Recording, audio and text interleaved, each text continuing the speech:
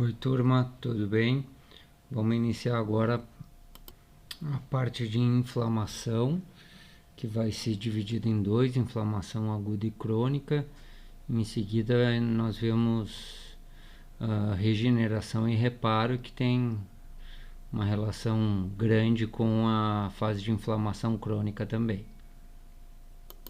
Eu acredito que todo mundo já ouviu falar de inflamação, né?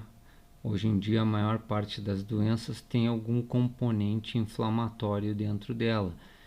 E em seguida, quando a gente for definir inflamação, a gente vai entender o porquê vocês já ouviram falar ou devem, né, pelo menos em algum momento ter ouvido falar algo relacionado à inflamação junto com alguma doença. E por que resposta inflamatória, então, é mais ou menos a base de muitas das doenças que a gente estuda? Porque a maior parte das doenças, né, elas têm algum grau de lesão celular. A gente já viu na primeira parte, né, de lesão, adaptação e morte celular, né, alguns mecanismos envolvidos, né, para lesar células. E assim que a gente lesa células ou células morrem, né, ou células estão estressadas por algum agente estressor, o nosso organismo, que é vivo, né, ele tenta em determinado momento iniciar então a eliminar ou a limitar o agente etiológico que está causando essa lesão celular, ou mesmo uma lesão tecidual que já está acontecendo, que já evoluiu para uma morte celular. A nossa resposta então chega com resposta inflamatória, chega ali com o objetivo de neutralizar esse agente ou de remover células que foram lesadas ou tecidos que sucumbiram, né, que morreram ali nessa nesse local de estresse. Nesse local que houve a resposta inflamatória, em seguida a gente já começa o processo de reparação para substituir naquele local ali, né, algo que foi perdido. Se foram células próprias do parênquima e do estroma, a gente vai ter que substituir isso aí, ah, né, por um tecido vivo novamente. As causas que vão desencadear a resposta inflamatória são aquelas mesmas agentes causadores, né, que a gente viu, né, estudando a parte de lesão celular. Então, agentes etiológicos podem ser infecciosos, de origem imunológica, né, agentes físicos, químicos, né, doenças genéticas e metabólicas, entre outros. A gente tem que ter algumas definições claras também. Inflamação, por exemplo, é diferente de infecção, né? A inflamação é uma resposta protetora a vários tipos de agentes e não só a agentes infecciosos. A resposta inflamatória envolve, né, a participação de três componentes básicos para orquestrar ela. A gente vai ter uma resposta vascular, uma resposta celular acontecendo e uma resposta também humoral. O componente humoral é a química que está envolvida ali nessa resposta inflamatória. A resposta inflamatória está bastante linkada, né, com a nossa resposta imune, tá? Eventualmente a resposta imune pode ocorrer até antes de uma resposta inflamatória, né? A resposta inflamatória ela tem um caráter inespecífico, né?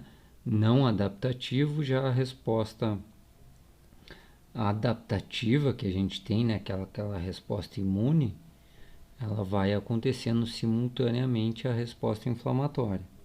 E também, como você já deve ter ouvido falar, né, a resposta inflamatória é um mecanismo protetor, mas nem toda, né, resposta inflamatória tem um bom desfecho. Hoje a gente já sabe que tem muitas doenças inflamatórias crônicas, né, que vão levar a várias doenças. Essas condições inflamatórias crônicas podem entrar em cenários como aterosclerose, né, respostas imunes exacerbadas como lúpus, uma anafilaxia, né, úlceras gástricas e uma série de doenças, né, relacionadas a outras condições inflamatórias crônicas. O sufixo "it" é muito usado, né, para descrever algo que está inflamado. Então, apendicite, pneumonite, né, tudo pode indicar uma lesão inflamatória, mas sempre a gente vai ter exceções. Então, a gente tem que conhecer algumas doenças, né, pelo nome, doenças inflamatórias. A gente pode ainda classificar, né, caracterizar alguns tipos de inflamação. Tá? A gente pode classificar, por exemplo, temporalmente ou mais morfologicamente, né, a resposta inflamatória.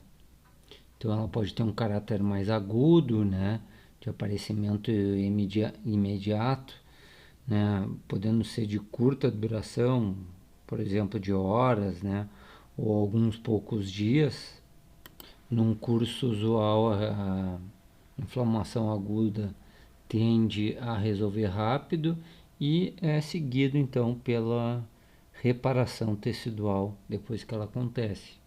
Já na crônica, ela tem um caráter mais insidioso, ela tem uma duração longa, ela geralmente acontece por uma persistência do agente que ficou ali na região, mas eventualmente a gente tem doenças onde a gente não observa uma fase aguda, então essa lesão inflamatória crônica aparece de início, tá?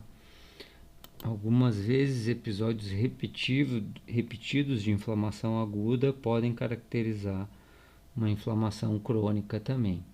E quando a gente não consegue, muitas vezes nem pelo tempo ou morfologicamente, separar uma inflamação mais aguda de uma crônica, o termo subagudo pode ser utilizado. Agora a gente vai iniciar a parte da resposta inflamatória aguda, que a gente separa da crônica para estudar.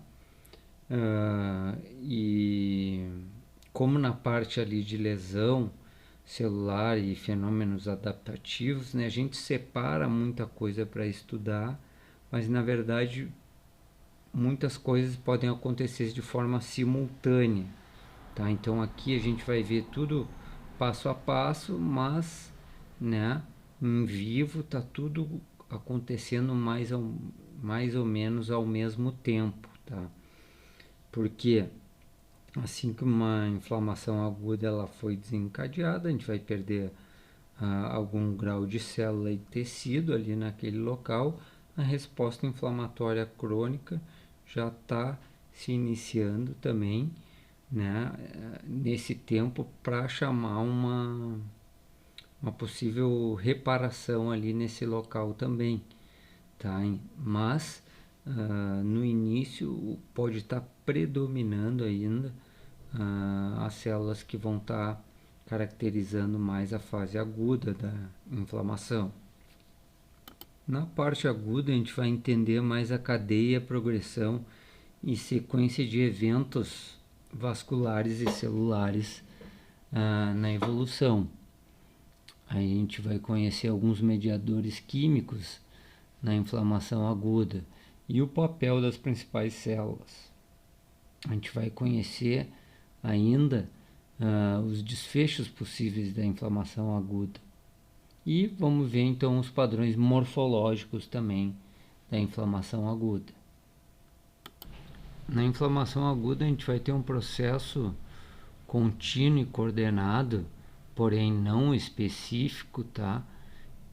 Que vai desencadear uma cadeia de eventos que vai se iniciar por alterações hemodinâmicas de fluxo e calibre de vasos, que em determinado momento vai ter um aumento de permeabilidade vascular para permitir a saída de leucócitos de dentro do sangue para dentro do tecido. E isso aí acontece, né, principalmente orquestrado pela liberação de mediadores químicos que vão dar uma orientação, né, junto com outros aspectos, né, locais, vamos dizer, de toque, de proximidade das células, né, vão então orquestrar, mediar todo esse trânsito dessas células até, né, o local de interesse, que é o local da resposta inflamatória, que é onde vai estar um agente de estresse atuando, um agente causador da injúria, da lesão, de uma lesão, que é capaz de desencadear uma resposta inflamatória. A resposta inflamatória aguda tem caracteristicamente 4 sinais cardinais, né? O local vai estar, então, vai ter aumento de temperatura, vai estar com calor, a gente vai ter uma hiperemia, ou vermelhidão, um rubor na região, a gente vai ter aumento de permeabilidade vascular, então a gente vai ter edema naquela região, e também a gente vai ter dor, né? Por exemplo, se for um membro, né, um local, a gente vai estar sentindo dor. A gente tem que entender os mecanismos fisiopatogênicos para esse calor, esse rubor, esse edema e essa dor. A gente vai ver a seguir. Ainda Virchow, né, um dos pais da patologia, descreveu um quinto sinal cardinal, né, da inflamação aguda, que seria a perda de função. Então, pode ser num membro, pode ser num órgão, pode ser num grupamento de células no tecido ou células individuais, a própria função da célula. Aqui mais uma lista de agentes estimulantes da inflamação aguda, né, são os principais que a gente já viu desde lá de lesão celular. E aqui então está a sequência de eventos que a gente vai ter desde um tecido normal, né, até vamos dizer, a fase final de uma resposta inflamatória aguda, né. Todo esse processo vai estar então sendo mediado por elementos químicos, né, que a gente vai ver a seguir. Iniciando em cima, então, o tecido normal, quando sofre a lesão, uma injúria, né, dependendo do tipo, ele pode ter uma vasoconstrição transitória. Se a gente tem uma agressão, né, aguda a um vaso, geralmente ele tem um reflexo, né, vagal ali, transitório, que vai fazer com que ele primeiro faça uma vasoconstrição. É aquele exemplo clássico, assim, quando a gente dá aquela picadinha no dedo para coletar um sangue. Dá a picada, sente a dor, né? A gente pode reparar que tem um segundinho ali que não acontece nada, e depois em seguida já começa aquele pequeno sangramentozinho, né? Então a gente tem uma fase de constrição ali na agressão a um vaso. Mas em seguida então já vem a fase de vasodilatação. A vasodilatação principalmente vai estar acontecendo pela parte arteriolar, então ela vai aumentar o calibre do vaso e vai jogar mais sangue para aquela região. Então a gente vai ter uma hiperemia nessa região, né, com essa vasodilatação. Hiperemia é esse aporte aumentado de sangue, né, numa região pela parte arterial da circulação. Isso aí então aumenta o calor naquela região, chega a aumentar a temperatura. Essa vasodilatação então vai apresentar um volume de sangue aumentado ali nessa região, e esse volume aumentado dentro do vaso vai fazer uma pressão na parede do vaso, aumentando a pressão hidrostática nessa parede. Essa pressão aumentada na parede vai permitir com que a água saia de dentro do vaso. Então, a parte líquida, mais fluida do sangue vai começar a sair. As moléculas maiores proteínas maiores ainda não estão saindo nessa fase. Então a gente vai ter uma fase com um líquido mais um caráter de transudato, um edema. O edema é a saída de líquido para dentro do espaço intersticial. E esse líquido, quando ele é menos concentrado, né, com pouca proteína e mais água, a gente chama de transudato. Ao mesmo tempo, com o fluxo de sangue aumentado nessa região e a vasodilatação, esse fluxo é um pouco mais lento, tá? Isso aí permite que o leucócito, que está circulando no fluxo axial normal, que é laminar, permite com que ele vá para a margem desse fluxo, que ele se aproxime do lado do endotélio. Então ele começa um processo que a gente chama de marginação.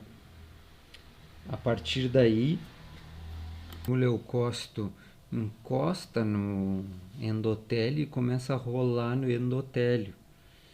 Isso aí faz com que ative algumas proteínas de superfície tanto do endotélio quanto do leucócito, permitido que em determinado ponto ele faça uma adesão ao endotélio, que nada mais é que uma ancoragem, né, entre as proteínas de superfície do leucócito e do endotélio. Depois que o leucócito se ancorou, ele consegue então transmigrar, atravessar o endotélio para atingir o espaço intersticial. Nesse processo de deslocamento dos leucócitos e ativação do endotélio já está, né, e o tempo prolongado ali de pressão hidrostática já está aumentando também, né, ao mesmo tempo a permeabilidade vascular. Então, quando a permeabilidade está aumentada, isso permite uma saída de proteínas maiores, né, de dentro do sangue para o interstício. Essas proteínas, que são mediadores químicos, né, vão estar então sendo liberadas no meio e vão iniciar o que a gente chama de quimiotaxia.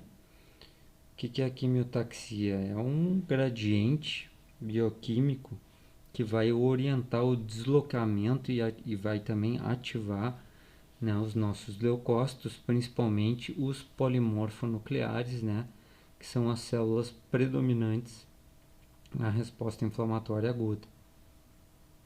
Depois de seguir esse gradiente e ir até o local de interesse da resposta inflamatória, né, o objetivo principal da resposta aguda sempre é fazer fagocitose. Depois que o neutrófilo ou polimorfonuclear chega, né, e faz a fagocitose, tem alguns desfechos que podem acontecer. A resposta inflamatória pode terminar com uma resolução total, né? Ela pode terminar e sofrer uma reparação no lugar. Reparação seria, né, a regeneração, a formação de uma cicatriz ali na região, ou, né, a resposta inflamatória aguda pode não então conseguir resolver tudo ali, né? Por exemplo, se o agente persistir, então essa resposta aguda pode entrar numa fase crônica, então, e cronificar. Aqui a gente vê duas imagens, então, do Robbins, né, no nosso livro base, enfatizando que na resposta inflamatória a gente tem um fluxo sanguíneo aumentado. Isso aí vai facilitar, então, né, iniciando pelo aumento de pressão hidrostática, que é a pressão do sangue na parede do vaso, né, pelo esse fluxo aumentado, vai permitir e facilitar então a saída tanto de líquidos quanto de células para o espaço intersticial. Em determinado momento a gente vai ter a saída de aumento de permeabilidade vascular, né, e saída de proteínas maiores, então concentrando ainda mais o meio, né, com proteínas que vão servir como mediadores químicos para fazer quimiotaxia, né, para ajudar nessa resposta inflamatória. Essa permeabilidade vascular vai estar acontecendo pela retração das células endoteliais, né? Acontece pela própria contração das células endoteliais e de dano que essas células estão recebendo, né? Pode ser diretamente pelo agente que está desencadeando a resposta inflamatória ou pelos mediadores que estão já começando a ser liberados ali, né? Quando está acontecendo o processo de marginação, rolamento, adesão, né? No endotélio capilar. A própria liberação desses mediadores, alguns deles podem lesar o endotélio também. Tudo isso aí aumenta a permeabilidade vascular. E claro, vasos neoformados que vão estar em algum momento aparecendo ali, uma fase um pouco mais final, né? Vasos imaturos também são, né, muito permeáveis, então eles têm uma alta permeabilidade vascular. E também, né, os leucócitos podem passar diretamente, então, pelo endotélio, né, dos capilares, de vênulas, né, e a gente chama isso de transcitose. E no componente celular, quem é que vai estar saindo? Quais são os leucócitos, né, que vão estar saindo, né, com o objetivo principalmente de fazer fagocitose, que é o objetivo da inflamação aguda. A principal célula é o neutrófilo, tá? Que também é conhecido por leucócito polimorfo nuclear ou granulócito. Num tempo um pouco mais tardio, né, um pouco mais lento, vamos dizer, já que o macrófago se desloca de forma mais lenta quando comparado com o neutrófilo, ele também vai participar. Então, primeiro chegam os neutrófilos e depois chegam os macrófagos na área da resposta aguda. E os dois vão seguir né, os mesmos passos, né? Vão ter que passar pela parte de marginação, rolamento, né? Pavimentação, onde ele fica recobrindo uma grande parte do endotélio, até se aderirem e conseguirem então sair de dentro do vaso e migrar, né, fazer a diapedese, que é a saída, a transmigração do leucócito para fora, né, do vaso até o interstício, para a zona de interesse, para a zona onde se precisa fagocitose, né, na resposta aguda, ou uma neutralização, né, do agente etiológico na fase aguda, né, e esse leucócito vai estar se guiando, né, por um gradiente quimiotáxico para chegar nessa região de resposta inflamatória. No fluxo laminar, né, do sangue, as células estão mais na porção central, né, do fluxo sanguíneo. Com a marginação, então, é aquela aproximação que vai estar acontecendo do leucócito com a parede do endotélio, o leucócito vai começar então a expressar na sua superfície, né, as integrinas e algumas glicoproteínas que vão se ligar às selectinas que vão estar no endotélio, né, sendo expressadas também. Na fase de rolamento já vão estar atuando aí as quimiocinas, né? São aquelas mediadores químicos que já vão estar orientando a resposta inflamatória. Então eles estão sendo liberados do meio ou pelo próprio agente que está desencadeando a resposta inflamatória, ou por alguma célula rompida, né, ou pelo próprio interstício que libera algumas quimiocinas. Isso aí tudo vai aumentar, né, a expressão de integrina na superfície, até que em determinado ponto, né, esse leucócito vai conseguir se aderir firmemente ao endotélio, e em seguida então iniciar o processo de emigração, de saída, né? Faz uso ainda de algumas outras proteínas ali como CD31, né, que vai permitir essa saída de dentro do endotélio para o interstício. Definindo quimiotaxia, então é aquele deslocamento, né, aquela atração unidirecional de leucócitos, né, desde o vaso até o sítio da inflamação no tecido, orientado ou guiado por um gradiente químico. Esses agentes químicos ou quimioatrativos, eles podem ser endógenos ou exógenos. Os exógenos podem ser polipeptídeos de paredes de bactérias ou fungos, e entre os endógenos, né, a gente vai ter as citocinas como interleucina 8, 6, 1, proteínas do complemento, C5A, C3A, leucotrienos, entre outros. A principal ação desses quimioatrativos é de ativar os leucócitos, né? Essa ativação, a gente vai ter vários sinais nesses leucócitos de ativação, mas um dos principais é, né, permitir o deslocamento deles, né, no espaço intersticial. E quais são os principais sinais de ativação de leucócitos?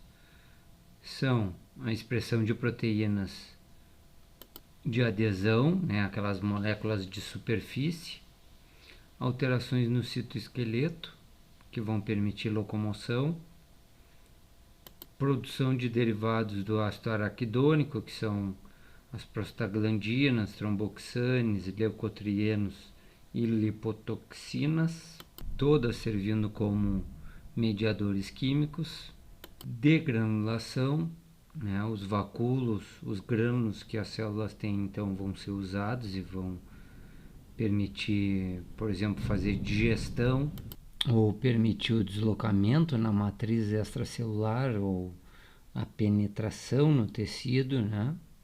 Outro sinal de ativação é a secreção de citocinas e proteínas, além do estresse oxidativo, né, que vai estar aumentado nessa região.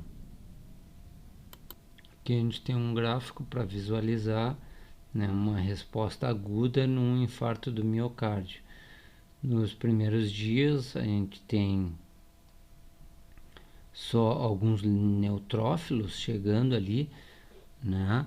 Muitas vezes no infarto imediato a gente não consegue ver muita coisa ali. Por quê? Porque demora um pouco o deslocamento das células até aquela região, né, que foi lesada. Então, inicialmente a gente vai ter aquele processo vascular para depois chegar aos neutrófilos, né, e um pouco mais tardiamente os macrófagos. Então, na imagem da esquerda, a gente tem um predomínio de neutrófilos ali, numa região onde a gente tem necrose muscular, e na direita, numa fase mais tardia, onde vão estar mais os macrófagos. E o que é a fagocitose, que é aquele objetivo principal da resposta aguda? É um processo de internalização de materiais ou células, né? Partículas, tudo que tiver de interesse ali que tem que ser resolvido por células especializadas, né, que são os neutrófilos, principalmente, que é a célula mais especializada em fazer fagocitose, junto também com os macrófagos. E como é que acontece essa fagocitose? Basicamente, né, pelo reconhecimento dessa célula e a adesão da célula naquele local, ou naquela substância, naquele micro-organismo, aquela célula que quer ser fagocitada, né? Acontecer um englobamento daquela partícula que vai ser fagocitada, e enzimas proteolíticas vão ser liberadas, né, dos grânulos dos lisossomos, né, para tentar fazer a digestão, né, disso aí, dentro de um vacúolo fagocítico que vai estar dentro do citoplasma da célula. Então, enzimas como lisozima, protease, colagenases, né, vão estar sendo liberadas dentro desse vacúolo que está dentro do citoplasma. Então, com a partícula dentro, que pode ser uma bactéria, que né, nessa imagem do lado aí tem um neutrófilo com bactérias bacilares ali presentes, né? Estão sendo fagocitadas pelo neutrófilo. Então, o neutrófilo está tentando digerir ou neutralizar, causar a morte desse organismo que está dentro desse vacúolo fagocítico dentro do citoplasma do neutrófilo. A fase de reconhecimento e adesão vai estar acontecendo por receptores que vão estar presentes na membrana da célula, né? Receptores de mannose, e também por opsoninas, que vão estar ficando aderidas, né, naquela elemento que está causando a injúria. Pode ser numa bactéria, né, que está com uma opsonina aderida, então vai estar dando um sinal ali para o neutrófilo reconhecer, né, e se aderir a isso aí para fagocitar. O vacúolo fagocítico é depois que o elemento já foi englobado, então está dentro de um fagolisossomo dentro do citoplasma da célula, tá? E né, aquela agressão, então aquele mecanismo que vai tentar eliminar esse agente, né, ele vai estar presente dentro da célula. Podem ser as enzimas já descritas e listadas aí, radicais livres, né? E também mecanismos extracelulares, porque muitos grãos vão estar sendo liberados no meio, então eles podem agir fora da célula ali nesse meio, nesse agente que está ali, né, fora da célula também, né? Ou pelas próprias enzimas que estão sendo liberadas e estão dentro dos grânulos que vão ser liberados, ou pela sinalização para uma outro tipo de resposta imune estar atuando aí nesse microorganismo, nessa partícula que está sendo fagocitada. Fagocitada não, que está sendo tentada, né, ser neutralizada ou eliminada.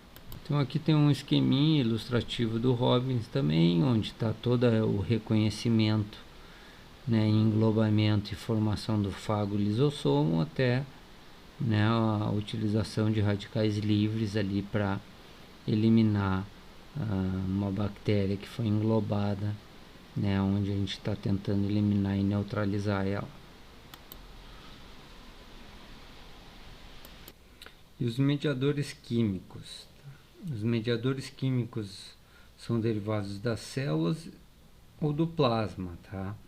Os do plasma que estão circulando, a maioria deles é produzida no fígado.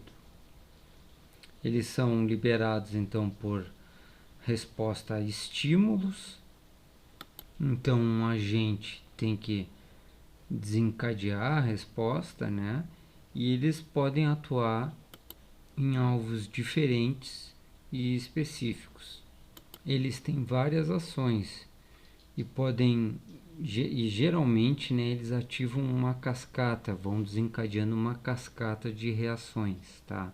Mas a ação de um mediador ele pode ser diferente em células diferentes, ou ele pode ter ações diferentes em células diferentes.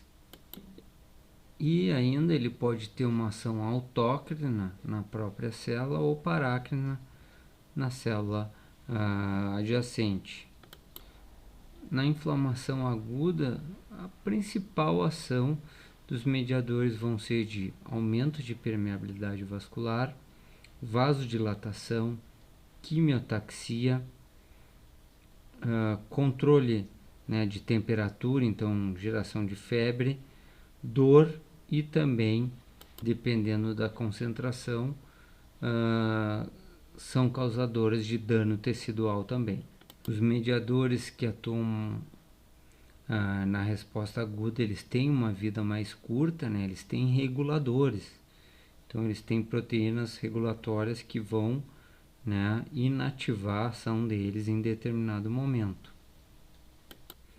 Para listar então alguns mediadores originados do plasma, os principais vão estar relacionados ao sistema cinina, o sistema de coagulação, o sistema fibrinolítico e o complemento. E os presentes nas células, então, histamina, serotonina, prostaglandinas, leucotrienos, fator de ativação plaquetário, as citocinas, interleucina 1, 6, 8, 12, o fator de necrose tumoral alfa, o interferon gama, as quimiocinas e os radicais livres. Todos então funcionam como mediadores químicos. Aqui um outro quadro com as ações dos principais mediadores.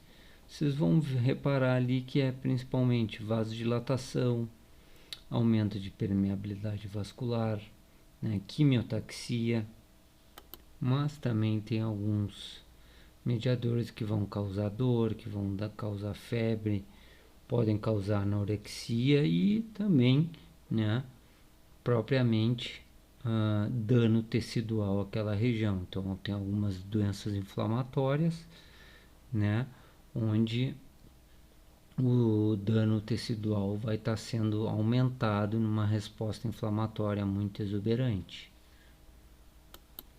Na resposta aguda, a gente tem os principais aqui listados nesse outro quadro.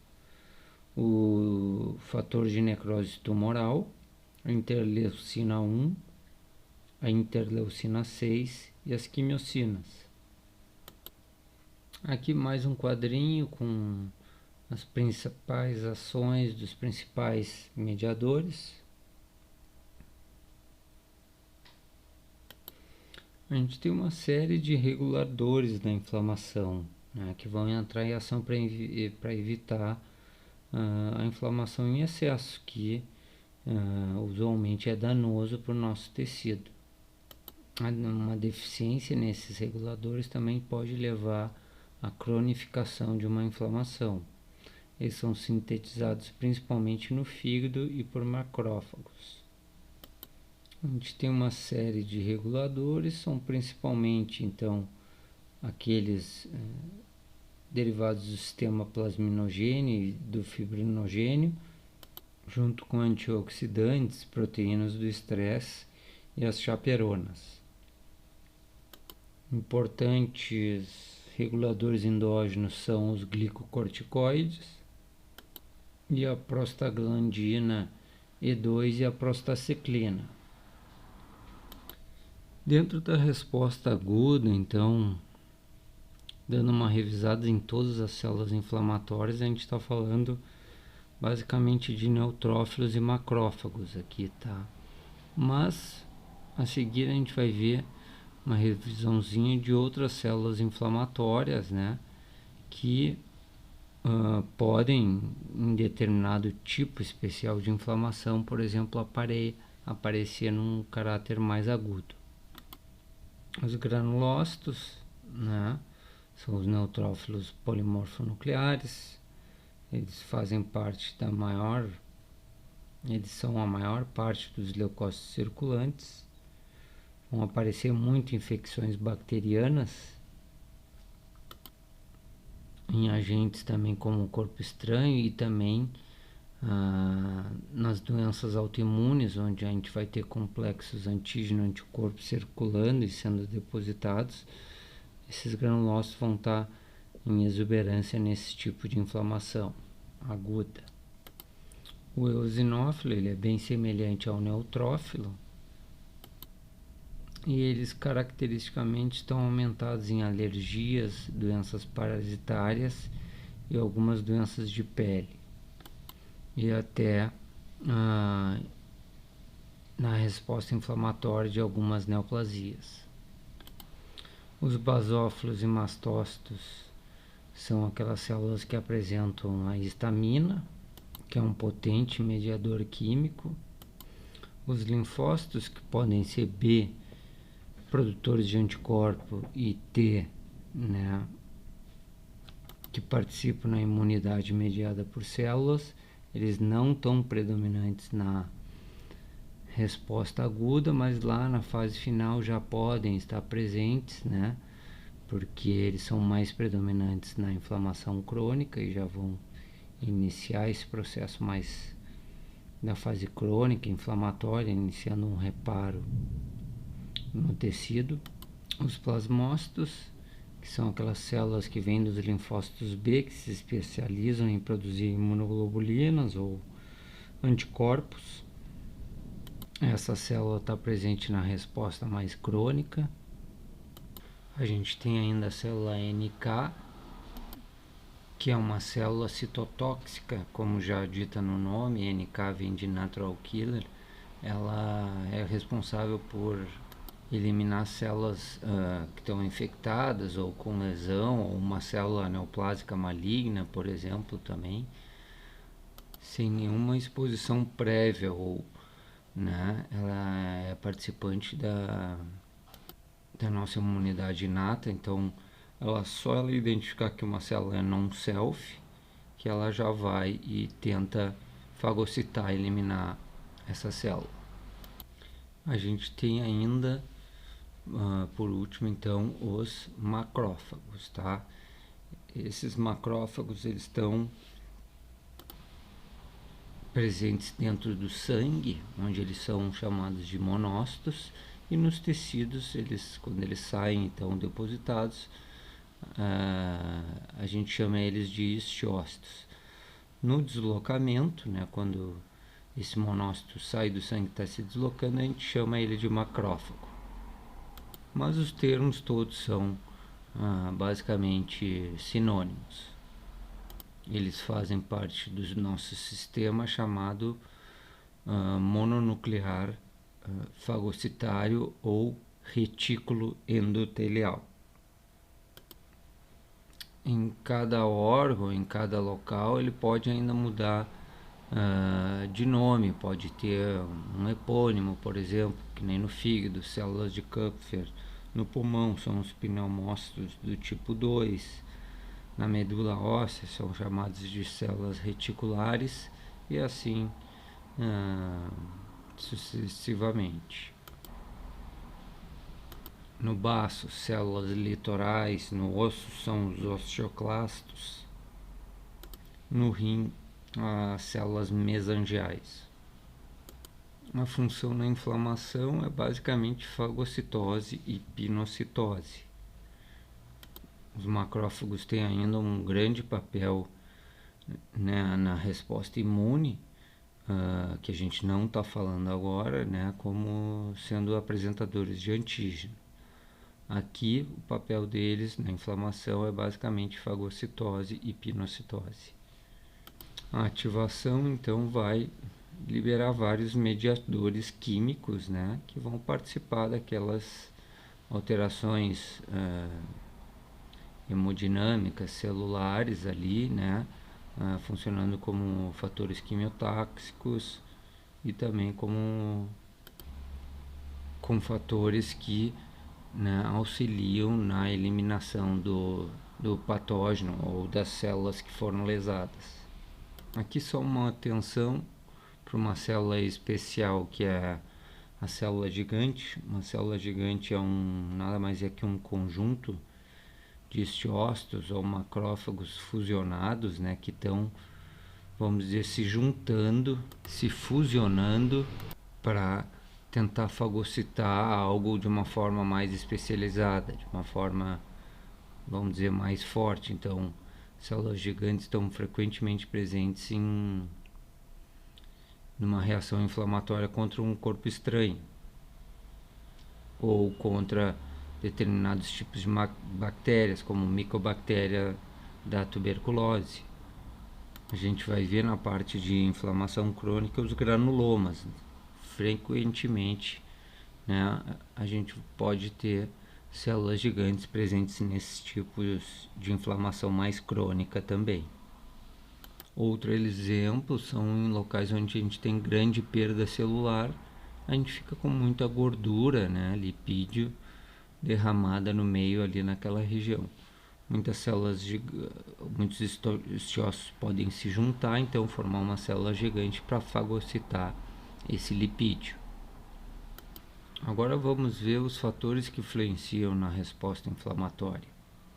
Assim como numa lesão celular, né, a resposta inflamatória vai depender de fatores do hospedeiro e também do agente causador. Os fatores do agente etiológico incluem, né, o tipo de agente que está causando a injúria, né, a lesão. Então, se é um vírus, se é uma bactéria, vai ser diferente, né, essa resposta inflamatória, o grau de virulência, se for um agente infeccioso, então se ele tem uma virulência mais severa, se é mais um grau de intermediário ou baixo, a dose de lesão, se for uma lesão abrupta, né, um trauma importante, né, vai ser diferente de uma dose pequena de injúria, né, por um tempo mais prolongado. A via onde está acontecendo essa lesão, né, o local, o tipo de célula que está envolvida nessa resposta inflamatória também, então a via de entrada muda um pouco.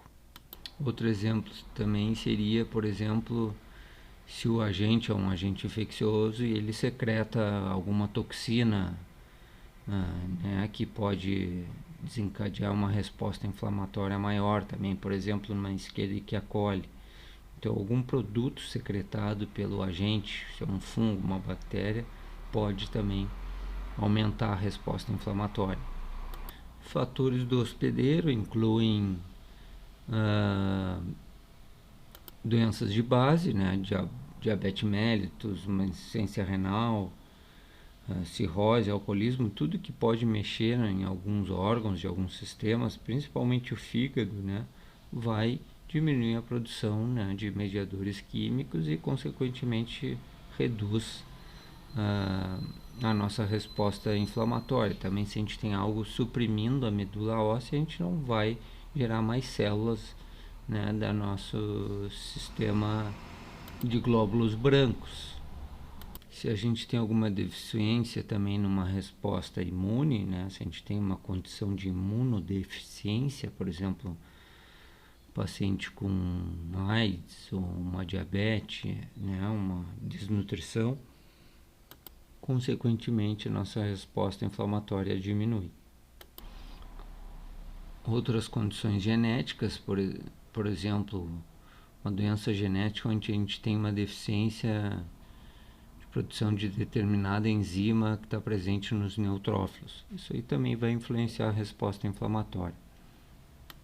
Uma leucopenia, né, diminuição dos glóbulos brancos, também o tipo de tecido afetado, um órgão endócrino, né, um órgão sólido como o fígado, ele gera uma resposta inflamatória geralmente um pouco maior, né, do que quando comparado, por exemplo, a um osso, uma cartilagem, né,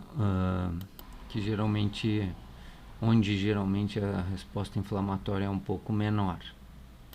E por último, alguns fatores locais, principalmente isquemia, pode alterar a nossa resposta inflamatória, que vai estar diminuída. E outro exemplo seria um corpo estranho, né? Ele vai então fazer com que persista essa resposta inflamatória naquele local ali, né? Já que esse corpo estranho está presente. A parte final agora, então, a gente vai ver a morfologia da resposta inflamatória aguda. Quando a gente consegue identificar macroscopicamente, né, a olho nu, ou microscopicamente no microscópio, a resposta inflamatória, então a gente já vai ter um conjunto de células maiores aí presentes nessa inflamação para a gente conseguir observar. Morfologicamente, então, quando a gente começa a analisar alguns tipos de resposta inflamatória, a gente pode começar a subdividir ela. Então, pode ser, por exemplo, quanto ao exudato, que essa resposta inflamatória está produzindo. Então ela pode ser uma resposta morfológica serosa, né, um tipo de inflamação mais serosa que acontece bastante em derrames pleurais, em locais de queimadura. Pode ser um exudato mais proteináceo fibrinoso, com exudação de bastante fibrina, por exemplo, numa pneumonia ou pericardite. Pode ser um exudato mais purulento, né, aquele líquido de pus que a gente conhece, ou um líquido supurativo, ou uma necrose liquefativa, né? Pode ser uma inflamação com bastante dano vascular e se caracterizar por ser mais hemorrágica, ou em determinados locais, por exemplo, como na árvore respiratória, a inflamação pode estimular o excesso de produção de muco, né? Ela pode ter um caráter mais catarral no trato respiratório, por exemplo. Então aqui a gente tem algumas imagens, né? Uma resposta mais serosa numa região de uma bolha, teve alguma agressão, tem um líquido seroso aqui dentro. A gente pode ver que a bolha está translúcida, né? Com um líquido que está claro ali dentro. Se a gente iluminar aqui, botar uma fonte de luz, vai ser bem translúcido isso aí. Aqui embaixo a gente tem um pericárdio inflamado na superfície, né, do coração. A gente vê todo um material irregular aqui por cima, tá? Um exudato mais seroso, fica esbranquiçado e friável quando a gente toca nisso, né? Quando a gente vê isso na superfície. E aqui tem um corte microscópico, então, com as células inflamatórias dentro de um material fibrinoso na superfície pericárdica do coração. Aqui embaixo a gente vê as fibras miocárdicas. E por último, aqui nessa imagem à direita, a gente vê uma drenagem de um abscesso aqui, está presente num linfonodo do pescoço, drenando então um líquido purulento, né, um pus, né? Isso aqui são tudo sinais, né, de uma resposta inflamatória mais de caráter agudo. Aqui tem umas imagens de microscopia. A gente pode ver que predomina em todas as imagens aquelas células que são os polimorfonucleares, né? Então os neutrófilos eles têm uma característica de ter o núcleo retorcido e ter grânulos dentro do citoplasma. Então é a célula que predomina, né? Como eu falei, a gente tem um predomínio mais desses polimorfonucleares, indicando uma inflamação com um caráter mais agudo, tá?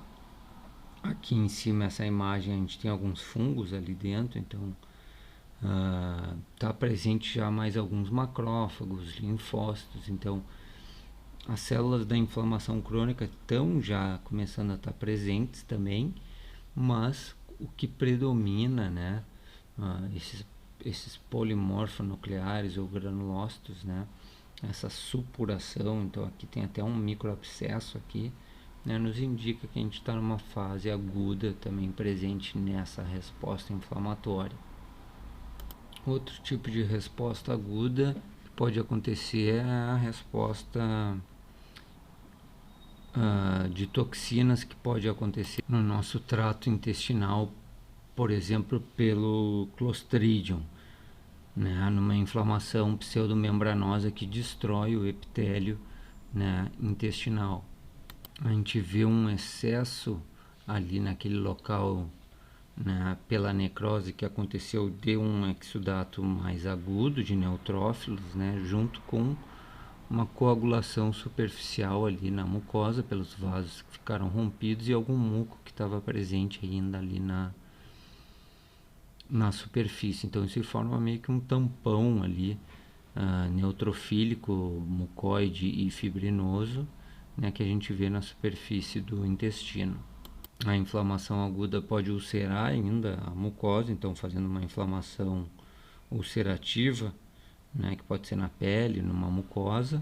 E a inflamação aguda ainda pode abscedar, né, formar um abscesso. O que é um abscesso? É uma cavidade, né, que se forma no tecido, né, geralmente num tecido que foi perdido ali, né, e começa a acumular os restos celulares, células, né, tanto do tecido quanto da resposta inflamatória que está acontecendo. Muitos abscessos, né, eles são atingem um tamanho onde a gente tem que ajudar, né, o nosso corpo a resolver essa complicação da inflamação aguda. Então, um abscesso a gente tem que tratar com cuidado, muitas vezes sendo drenado. Então, aqui nós temos os exemplos, né, de uma inflamação ulcerativa. A gente vê aqui uma úlcera gástrica, né, com uma borda mais elevada, um fundo granuloso aqui hemorrágico. A gente vai ver isso na lâmina, a gente vê uma descontinuidade da mucosa e essa resposta inflamatória acontecendo aqui na superfície. Embaixo, à direita e à esquerda, a gente tem o famoso tampão mucofibrinoso com bastante neutrófilo presente numa enterocolite necrotizante ou colite pseudomembranosa. Nada mais é do que essa resposta aguda junto com fibrina exudando aqui na superfície intestinal que está com células necrosadas na superfície, lesadas. Mais umas imagens aqui de abscesso, né? A gente tem um furúnculo aqui presente nessa região de pelos, né? Um pelo inflamado onde começa a exudar e formar um abscesso. A gente vai ter um furúnculo, abscesso e essa região, né, com essas células agudas, né, neutrófilos, né, acumulados, né, dentro dessa área cavitada. Mesma coisa nesse abscesso presente na pele da perna aqui de outro indivíduo. Então a gente tem uma área onde vai ter uma coleção de pus, uma resposta inflamatória, né, que está concentrada ali numa cavidade, e isso aí pode ir crescendo, né, destruindo o tecido na região. Então, por isso que muitas vezes a gente drena o abscesso, porque às vezes a resposta inflamatória é muito importante, né, e sozinho ela não vai conseguir eliminar esse abscesso que já atingiu uma proporção maior, né.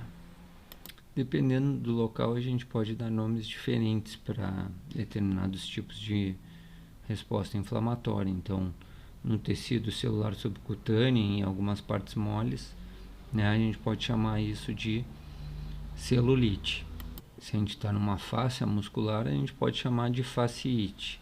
Se a inflamação atingiu o sangue, está supurando para dentro do sangue, a gente pode chamar isso de uma piemia.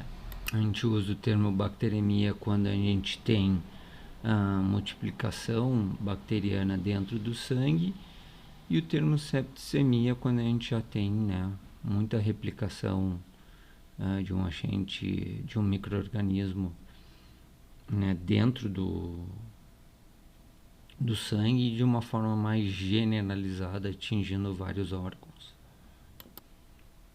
Algumas imagens, então, na esquerda, né, a gente tem uma celulite importante na perna de um indivíduo e microscopicamente a gente vê aquela resposta aguda, né, tomando conta do tecido celular subcutâneo, uma inflamação aguda no subcutâneo.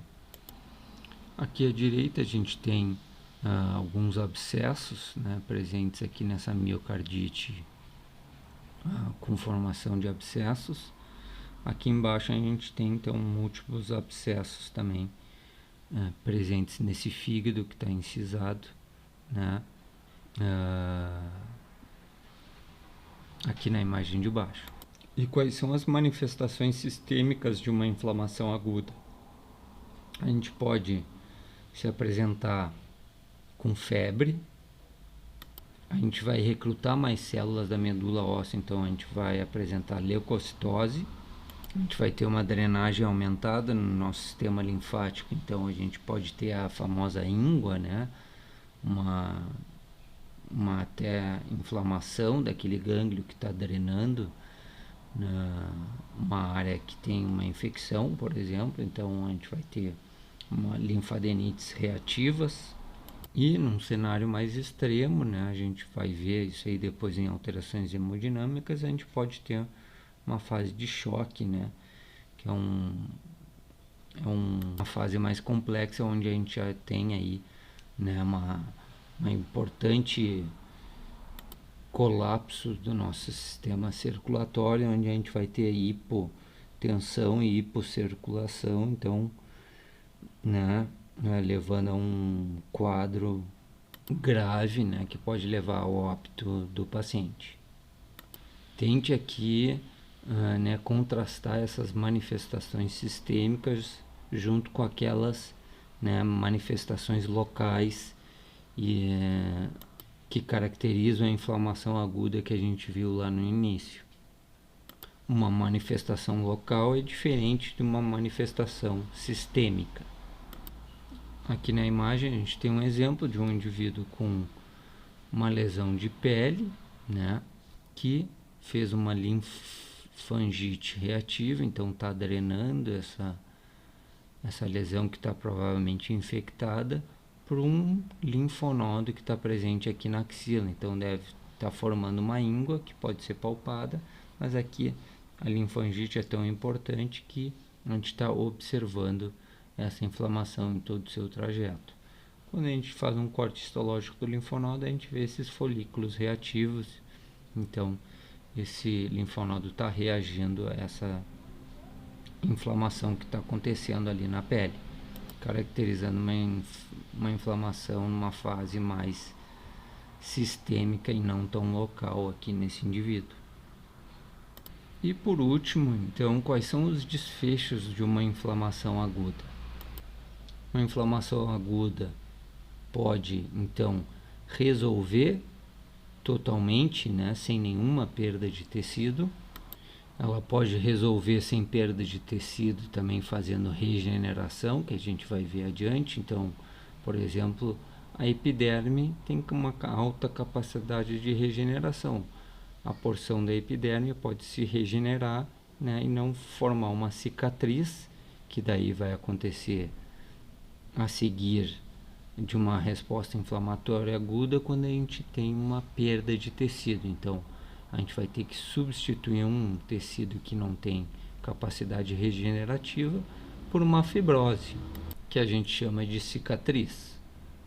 A inflamação aguda, então, pode complicar, né, fazendo uma supuração, que é um abscesso, que a gente já falou, e pode cronificar. Então se o agente persiste, ou se a inflamação fica voltando no mesmo local, a gente já vai ter uma cronificação dessa inflamação. A partir daqui, então, a gente vai entrar para a parte de inflamação crônica e depois vamos ver reparo, falando de regeneração e de cicatrização.